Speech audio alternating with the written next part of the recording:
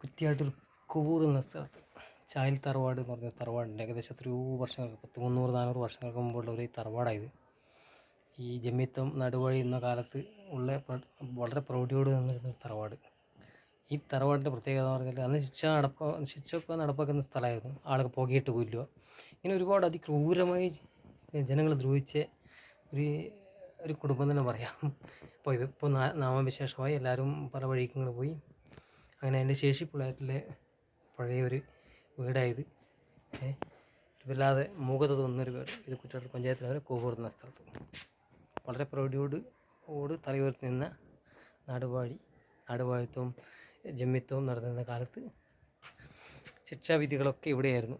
ഒരുപാട് മല്ലന്മാർ, ഒരുപാട് കിങ്കരന്മാർ ഇവരൊക്കെ വന്ന് ശിക്ഷ ചെയ്തവരെ പുകയിട്ട് കൊല്ലുക, ഇങ്ങനെയുള്ള പല നീചകൃത്യങ്ങളും ചേരുന്ന വീട്. ഇന്ന് ഉറങ്ങി ആരുമില്ല, അനാഥപ്രേതം പോലെ ഈ വീട്.